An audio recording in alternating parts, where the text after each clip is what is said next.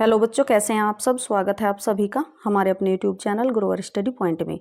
बच्चों, मैं आज आपके लिए सभी पाठों से मैंने ये बहुविकल्पीय प्रश्न तैयार किए हैं और मेरा मानना यह है कि शायद इनसे अलग एक भी प्रश्न नहीं आएगा, क्योंकि जितने भी प्रश्न हो सके मैंने ये टोटल 75 प्रश्न तैयार किए हैं। ठीक है, तो आपकी परीक्षा की दृष्टि से बहुत महत्वपूर्ण वीडियो होने वाला है, इसको देखना ना भूलें।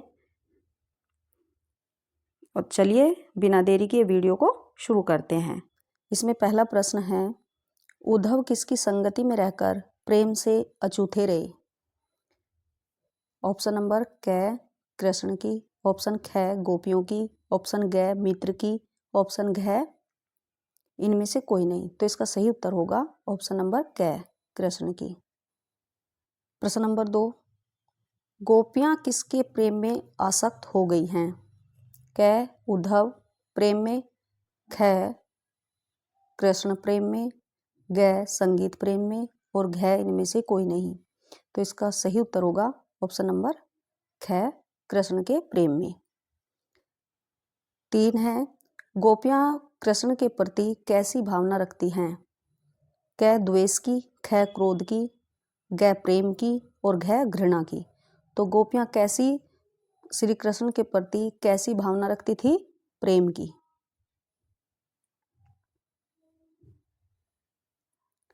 गोपियां स्वयं को क्या समझती हैं।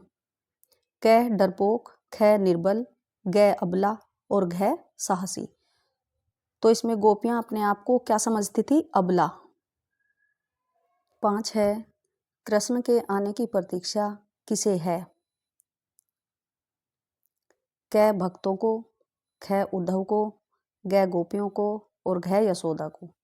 तो श्री कृष्ण के आने की प्रतीक्षा किसको थी, गोपियों को। 6 है, गोपियों को कृष्ण का व्यवहार कैसा प्रतीत होता है। क उदार, ख छलपूर्ण, ग निष्ठुर और घ इनमें से कोई नहीं। तो उनको गोपियों को श्री कृष्ण का व्यवहार कैसा प्रतीत होता था, छलपूर्ण। 7 है, कवि के अनुसार गोपियों का स्वभाव कैसा है। क चतुर, ख निर्दयी, ग घमंडी, घ भोला। तो उत्तर है घ भोला।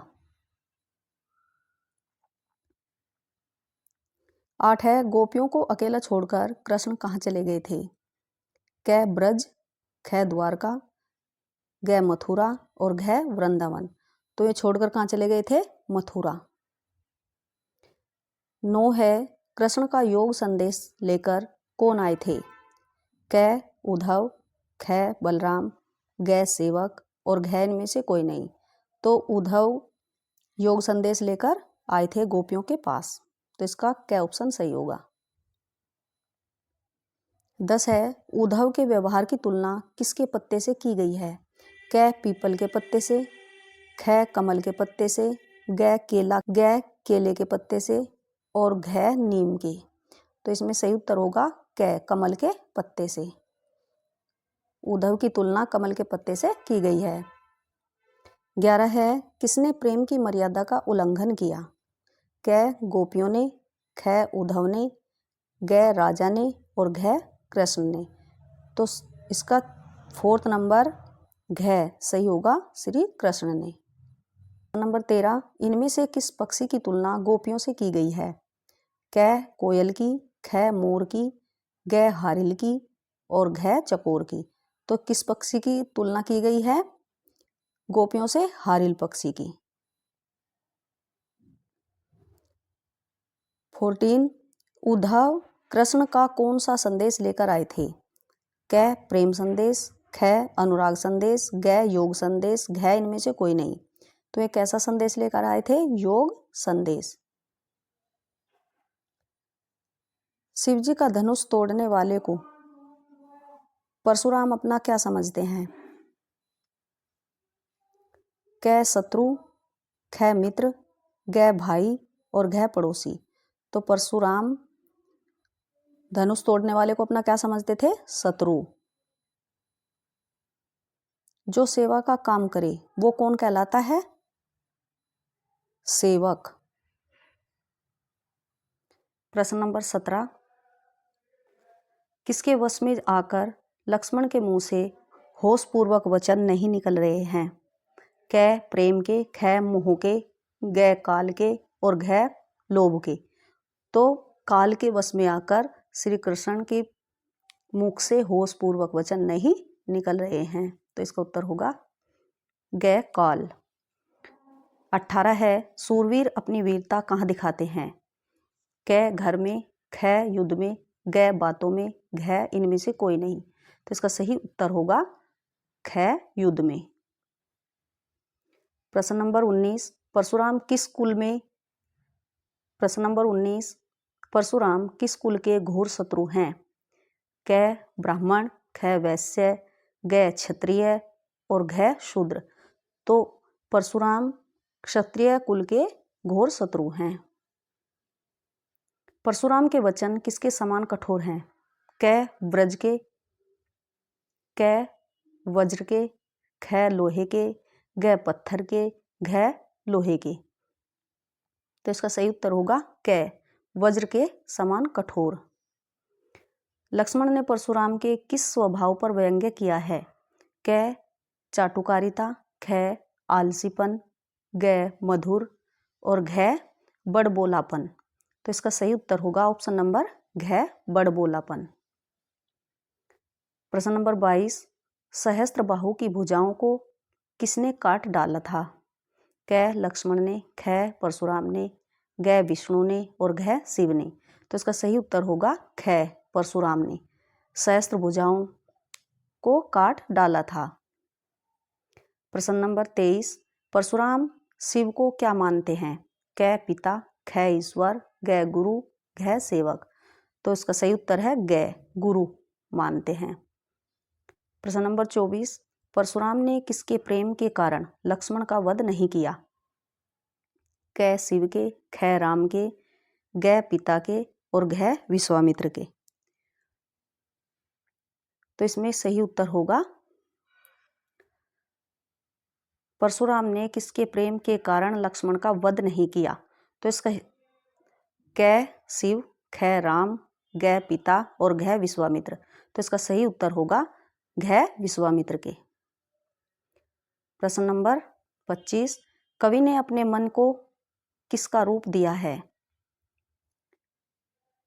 क भौरे, ख गीतकार, ग कोयल, घ इनमें से कोई नहीं। तो इसका सही उत्तर है क भवरे।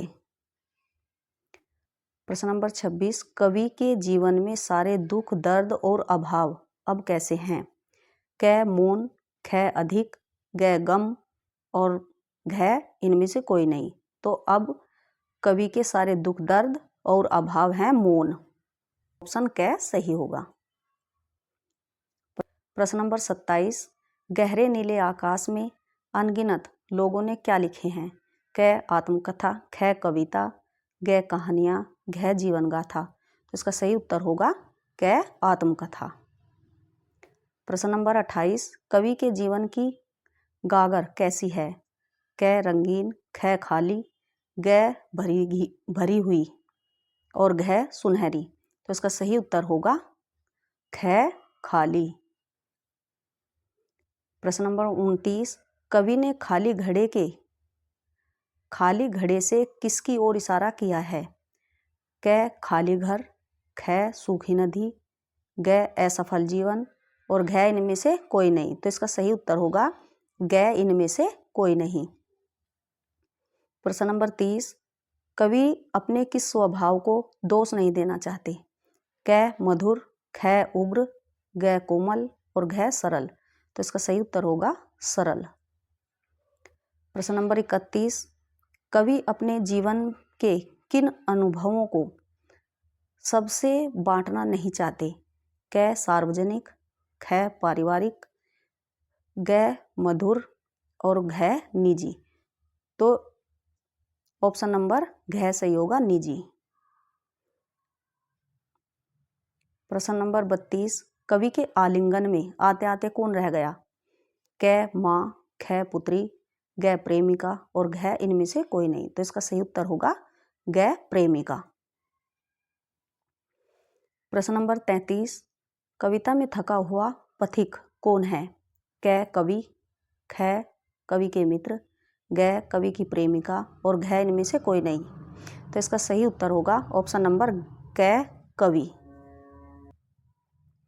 प्रश्न नंबर 34, मुरझाकर गिर रही पत्तियां किसकी प्रतीक हैं?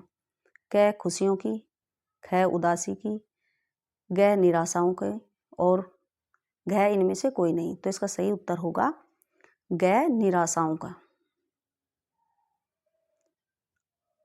प्रश्न नंबर 35, कवि के सरल स्वभाव के कारण किसने धोखा दिया है?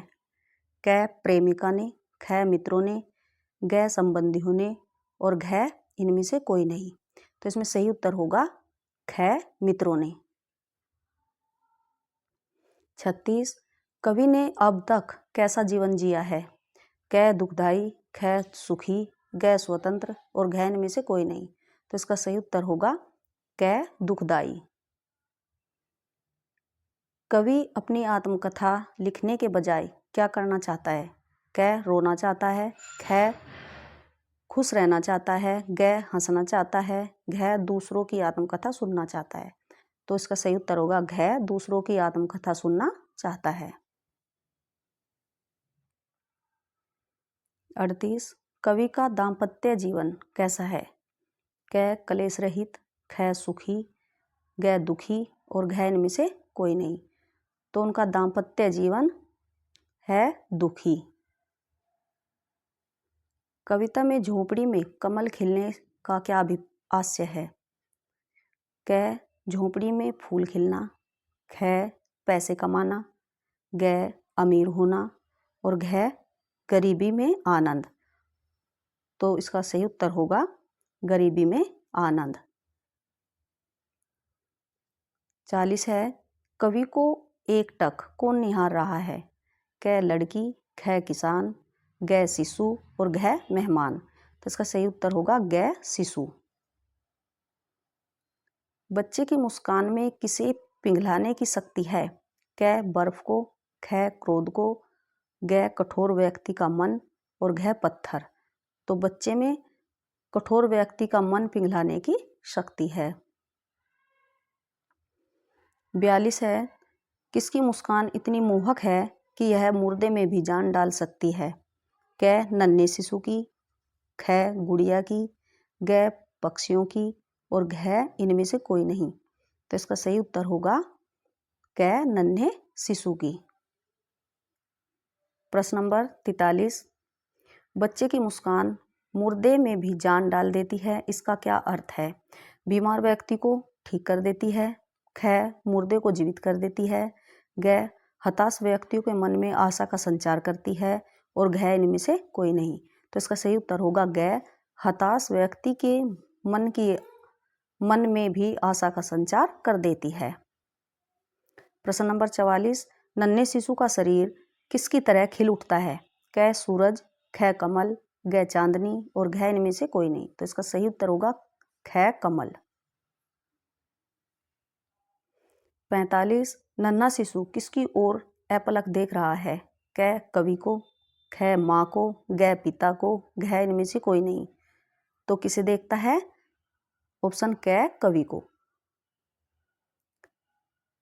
प्रश्न नंबर 46, कविता फसल में किसकी महिमा पर प्रकाश डाला गया है? क कवि की, ख पक्षियों की, ग किसानों की और घ फसलों की। तो इसमें सही उत्तर होगा फसलों की।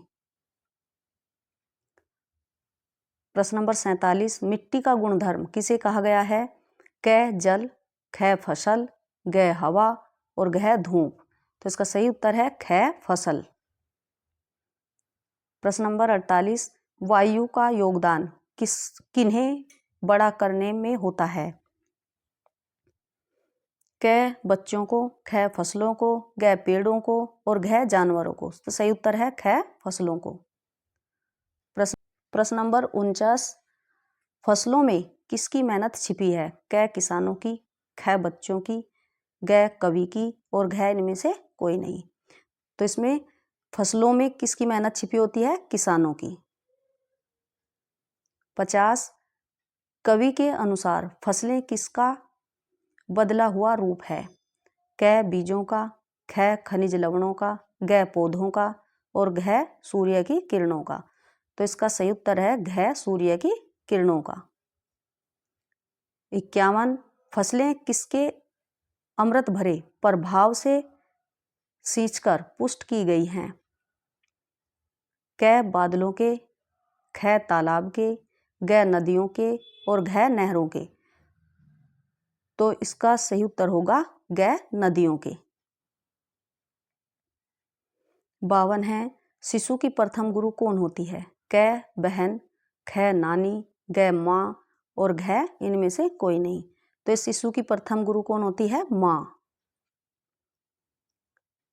52 है प्रश्न नंबर 53 कवि बादल में किसका स्वर सुनता है? क रुदन, ख क्रांति, ग वेदना और घ इनमें से कोई नहीं।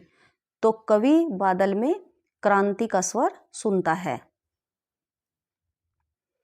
54 है किस महीने में चारों तरफ हरियाली छा जाती है? क फागुन, घ माघ, ग बैसाख और घ आषाढ़। तो चारों तरफ हरियाली किस महीने में छाती है? फागुन में। कवि के अनुसार किसके केस सुंदर काले और घुंघराले हैं? क प्रेयसी के, ख बादल के, ग धरती के इनमें से कोई नहीं। तो इसमें किसके केस सबसे सुंदर बताए हैं? काले और घुंघराले बादल के। कविता में जल का बरसना किसका प्रतीक है? क बारिश होना, ख शांति और सुख की स्थापना, ग प्यास बुझाना और घ इनमें से कोई नहीं। तो इसमें ख सही होगा, शांति और सुख की स्थापना करना। 57 है तप्त धरा के का सांकेतिक अर्थ क्या है? क गर्म धरती, ख सूखी धरती, ग दुखों से पीड़ित धरती और घ इनमें से कोई नहीं। तो इसका सही उत्तर है ग दुखों से पीड़ित धरती।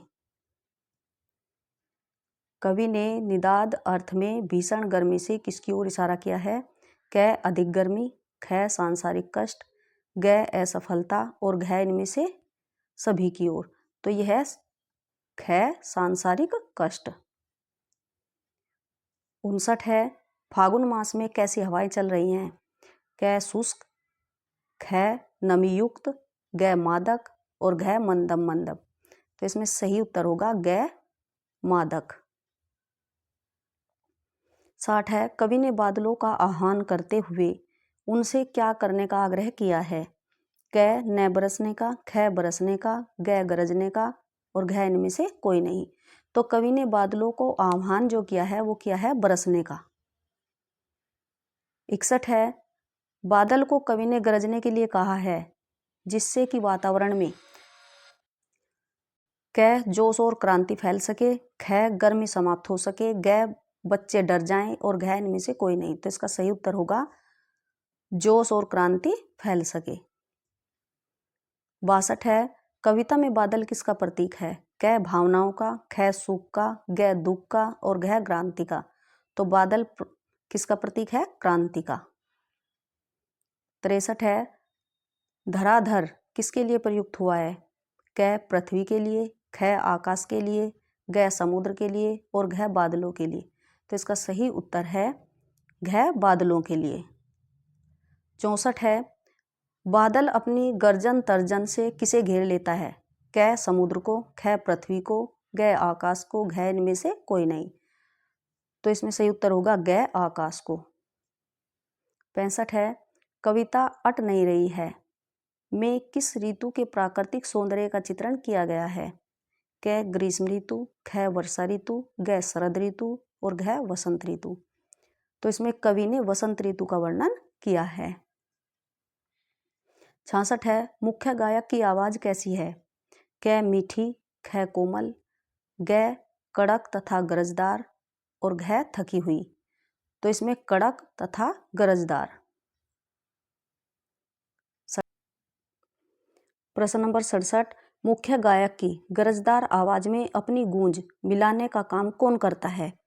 क संगतकार, ख कवि, ग गायक का छोटा भाई और घ शिष्य। तो इसका सही उत्तर होगा संगतकार। 68 है, संगीतकार मुख्य गायक का साथ क्यों देता है? क, उसकी गायन शक्ति बढ़ाने के लिए, ख, उससे आगे बढ़ने के लिए, ग, उससे सीखने के लिए और घ इनमें से कोई नहीं। तो इसका सही उत्तर होगा क, उसकी गायन शक्ति बढ़ाने के लिए। 59 है, मुख्य गायक को धीरज बंधाने का काम कौन करता है? क, उसकी माँ, ख, श्रोता, ग, संगीतकार और घ इनमें से कोई नहीं। तो मुख्य गायक का धीरज कौन बंधाता है? संगीतकार। प्रश्न नंबर 70, ऊंचे स्वर में गाए गए सरगम को क्या कहते हैं? क, ताल सरगम, ख, तार सप्तक, ग, ताल सप्तक और घ इनमें से कोई नहीं। तो इसे क्या कहते हैं? तार सप्तक। 71 है, तार सप्तक में गाने के कारण कवि को कैसा अनुभव होता है? क, खुशी होती है, ख, थक जाता है, ग, उत्साह से भर जाता है और घ, गाने की इच्छा समाप्त हो जाती है। तो इसका सही उत्तर है गाने की इच्छा समाप्त हो जाती है। प्रश्न नंबर 72, मुख्य गायक से अधिक ऊंचे स्वर में गाना किसके लक्ष्य के विरुद्ध है? क, मनुष्य के, ख, नेताओं के, ग, कवि के और घ, संगीतकार के। तो इसमें सही उत्तर है घ, संगीतकार के। 73 है, किसके गायन को सफल और प्रभावी बनाने में उसके संगीतकार की भूमिका महत्वपूर्ण होती है? क, मुख्य गायक के, ख, श्रोता के, ग, छात्र के और घ इनमें से कोई नहीं। तो इसका सही उत्तर होगा मुख्य गायक के। 74 है, मुख्य गायक की कैसी आवाज को बल देकर संगीतकार सहयोग देते हैं? क, मधुर, ख, कर्कश, ग, टूटती बिखरती या हिचकती आवाज को और घ इनमें से कोई नहीं। तो ऑप्शन सही होगा ग, टूटती बिखरती या हिचकती आवाज को। 75 है, संगीतकार के लक्ष्य के विरुद्ध क्या है? क, गायक के साथ गाना, ख, मुख्य गायक के स्थान पर गाना, ग, मुख्य गायक से अधिक ऊंचे स्वर में गाना, घ इनमें से कोई नहीं। तो इसमें संगीतकार के लक्ष्य के विरुद्ध क्या है? मुख्य गायक से अधिक ऊंचे स्वर में गाना। 76 है, अंतरे की जटिल तानों के जंगल में कौन खो जाता है? क, संगीतकार, ख, मुख्य गायक, ग, संगीतकार और घ इनमें से कोई नहीं। तो इसका सही उत्तर होगा ख, मुख्य गायक। तो बच्चों, हमने 76 क्वेश्चंस कंप्लीट किए हैं और ये पूरे 1 to 6 चैप्टर से मेन क्वेश्चंस जो हैं वो लिए गए हैं। ठीक है, तो आपको